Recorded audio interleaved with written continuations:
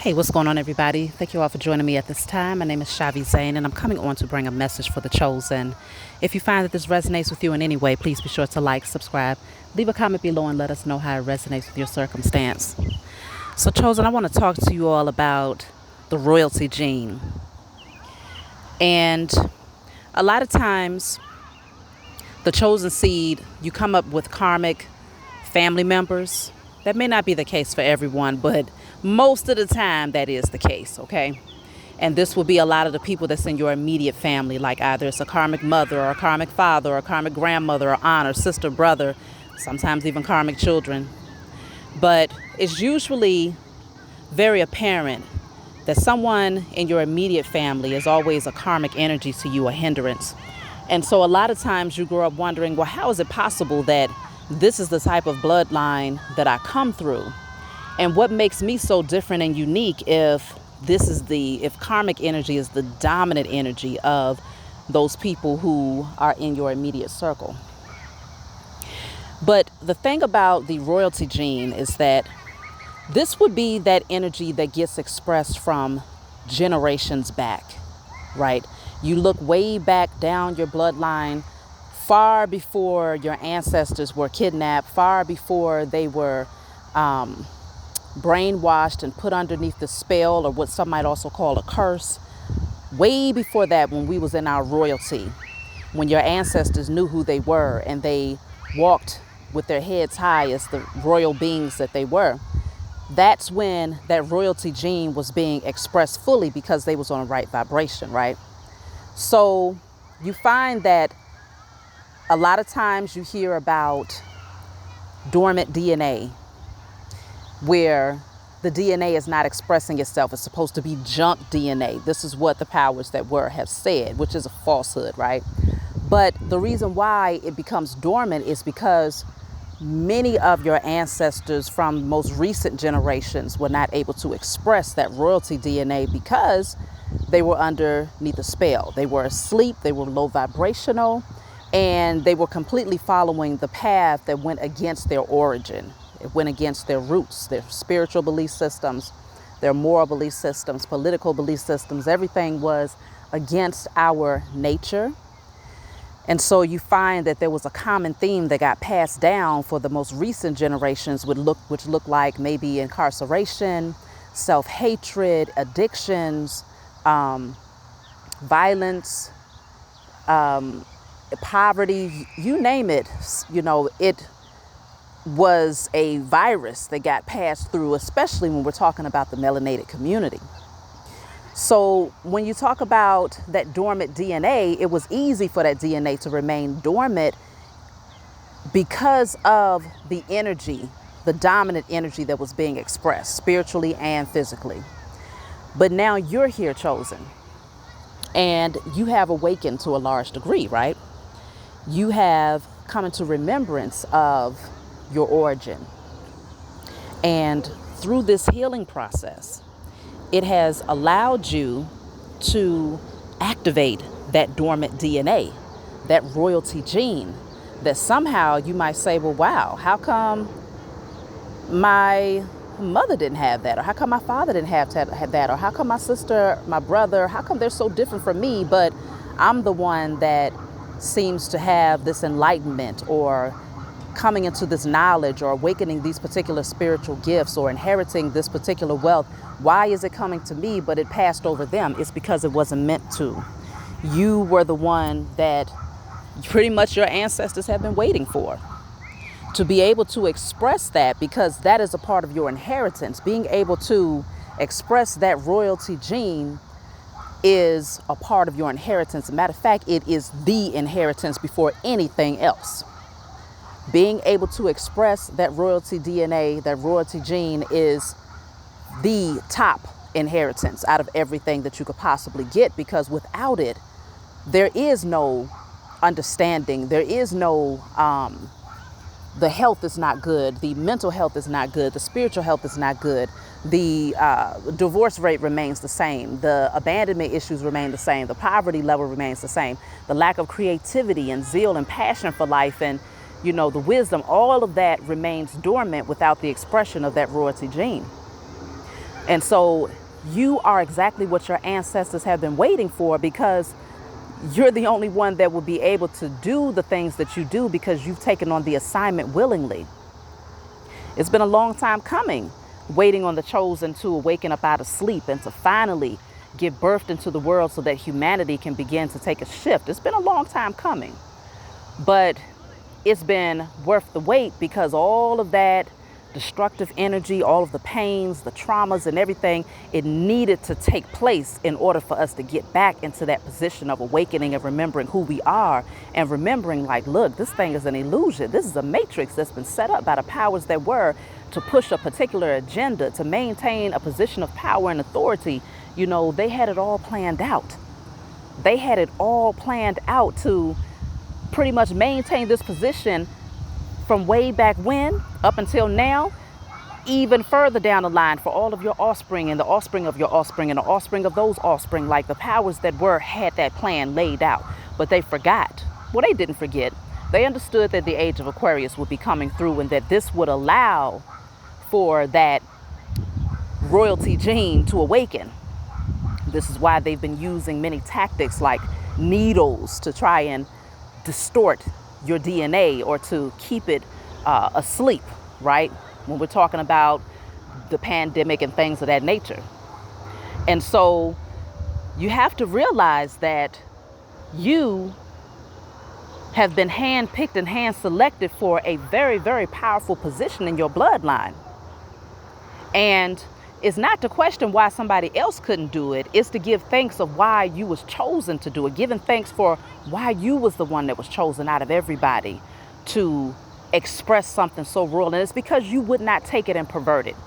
You wouldn't take it and through your ego use it against people, misuse and abuse it, and express that energy from a low vibrational space. You wouldn't do that. You would receive it humbly and with gratitude. And you would nurture that energy, and you would, every day that you live, it is a constant reminder that it's all about becoming the best version of yourself. And so you embrace that, you receive that. But a lot of other people in your bloodline would not have accepted it or they would have accepted it, but they would have used it for themselves and themselves alone. They wouldn't be concerned about breaking the generational cycles off of themselves, their ancestors, their lineage. They wouldn't be concerned about awakening the chosen and being a part of the greater whole, and stepping into that Christ consciousness. They wouldn't be concerned about these things. But you would, though, because you've always had compassion in your heart. And even when you had very little and you had no awareness of the fact that you was a chosen seed, you still was that giver. You still was very compassionate towards people. You still had a loving and kind nature. That was your dominant energy, even if that wasn't you all the time, because we all got a past of, projecting karmic energy, but your dominant energy has always been genuine, okay, with honor and integrity. And so because of this, you were being prepared since the time that you was put here on this planet, since the time that you was conceived. You was being prepared for this assignment, and it was not without, like I said, the traumas and the storms. That stuff, it buried you, right? But again, chosen seed, where any seed that gets buried is going to grow. It's all about what soil are you being planted in, though. And many of you understood the importance of uprooting. You had to uproot yourself from the unhealthy soil that you were surrounded in. That was being submerged by unhealthy karmic relationships, karmic jobs, karmic friendships, karmic lovers, karmic, just unhealthy ways of thinking about yourself, karmic spiritual beliefs or religious beliefs, karmic political beliefs. All of these things you had to uproot, literally pull yourself up out of roots and go plant yourself in fertile soil that was more in alignment with your growth. And because you made that sacrifice, that's a scary sacrifice.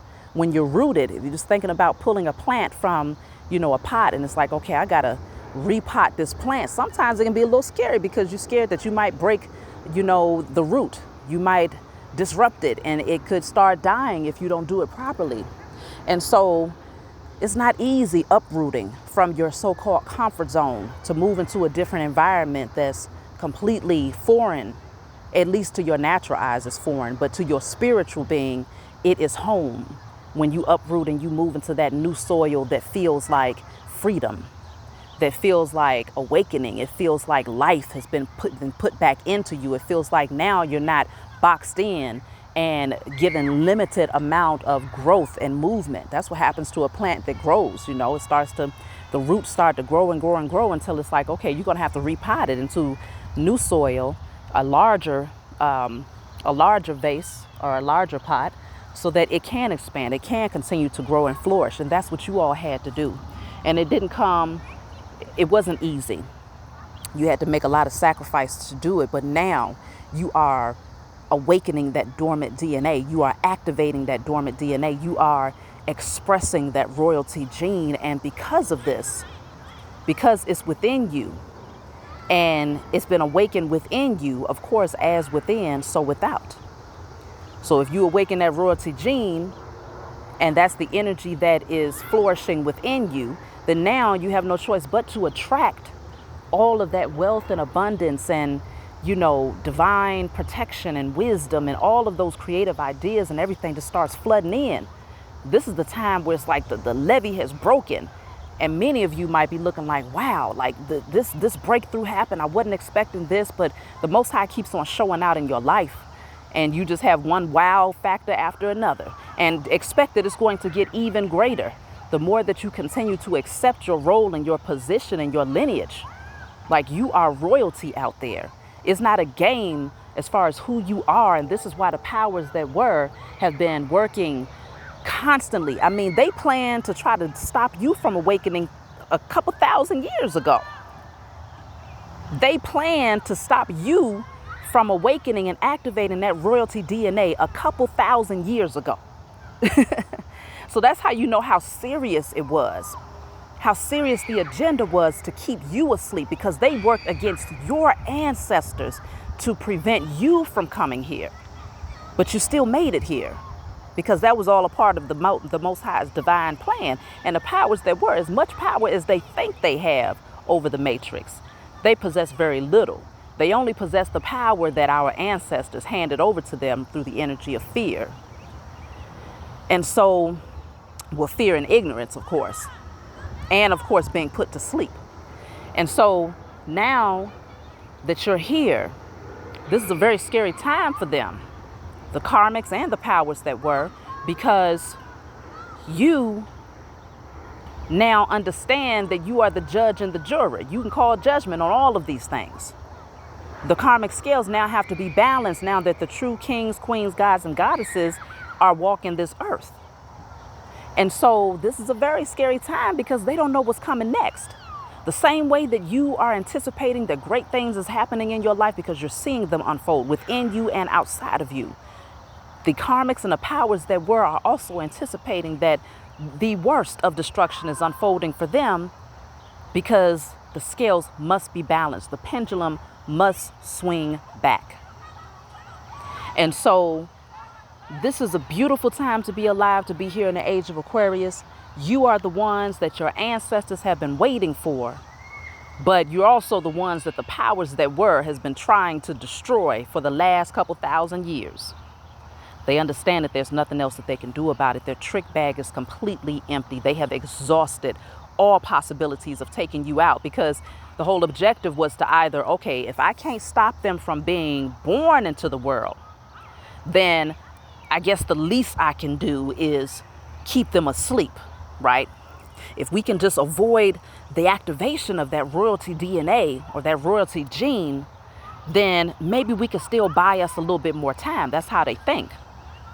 Many of you might look back and say, okay, upon conception, or let's just say even before your conception, if you really think about the road that was traveled based on, if you look at your mother and your father, or even your grandmother and your grandfather on both sides of the family, how many times can you say that there was a strong potential that you would not have been here because there was a strong agenda against them? For instance, you might say, wow, my mom did say that she had some near-death experiences, or my father did say that he almost was taken up out of here, or my grandmother did say that, you know, XYZ, or, you know, my mom almost passed away when she was giving birth to me, or I almost passed away when I was born. You might have a lot of different stories where it's like, wow, You came real close to not getting here.